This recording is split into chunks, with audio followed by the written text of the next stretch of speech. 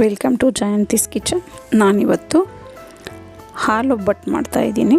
ಹೇಗೆ ಮಾಡೋದು ಅಂತ ನೋಡೋಣ. 2 ಟೇಬಲ್ ಸ್ಪೂನ್ ಕಡಲೆಪಪ್ಪನ್ನ ಈ ರೀತಿ ಫ್ರೈ ಮಾಡಿಕೊಂಡು ಮಿಕ್ಸಿ ಜಾರ್ ಸೇರಿಸ್ಕೊತಾ ಇದ್ದೀನಿ.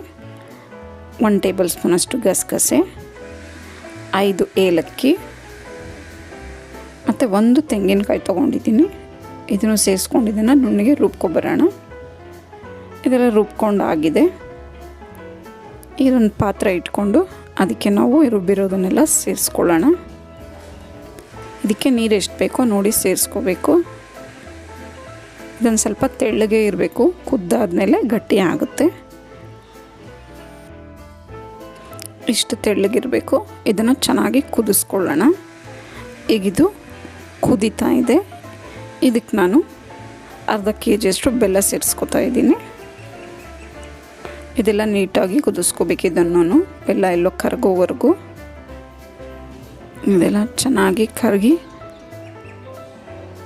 ಕುದೀತಾ ಇದೆ. ಇದು ಹಳೆ ಕಾಲದ ಅಡುಗೆ ಆಗಿರೋದ್ರಿಂದ ತುಂಬಾ ಟೇಸ್ಟಿಯಾಗಿರುತ್ತೆ ಮತ್ತು ಆರೋಗ್ಯಕ್ಕೂ ಒಳ್ಳೆಯದು. ನಾವು ಗಸಗಸೆ ಎಲ್ಲ ಹಾಕಿರೋದ್ರಿಂದ ಇದೆಲ್ಲ ಚೆನ್ನಾಗಿ ಕುದೀತಾ ಇದೆ. ಇದು ರೆಡಿಯಾಗಿದೆ. ಈಗ ನಾವು ಪೂರಿ ಮಾಡ್ಕೊಳ್ಳೋಣ. ಒಂದು ಪಾತ್ರೆ ಇಟ್ಕೊಂಡು ಎಣ್ಣೆ ಹಾಕಿ ಚೆನ್ನಾಗಿ ಕಾದ್ಮೇಲೆ ಈ ರೀತಿ ಪೂರಿ ಮಾಡ್ಕೊಳ್ಳೋಣ. ಪೂರಿ ಬದಲಾಗಿ ಚಪಾತಿನೂ ಮಾಡಿ ಹಾಕ್ಕೋಬೋದು, ಅವ್ರವ್ರ ಇಷ್ಟ. ನಾನು ಪೂರಿ ಮಾಡ್ತಾಯಿದ್ದೀನಿ. ಪೂರಿ ಎಲ್ಲ ರೆಡಿಯಾಗಿದೆ. ಇದಕ್ಕೆ ನಾವು ಮಾಡಿಟ್ಕೊಂಡಿರೋ ಕಾಯಿ ಹಾಲನ್ನ ಈ ರೀತಿ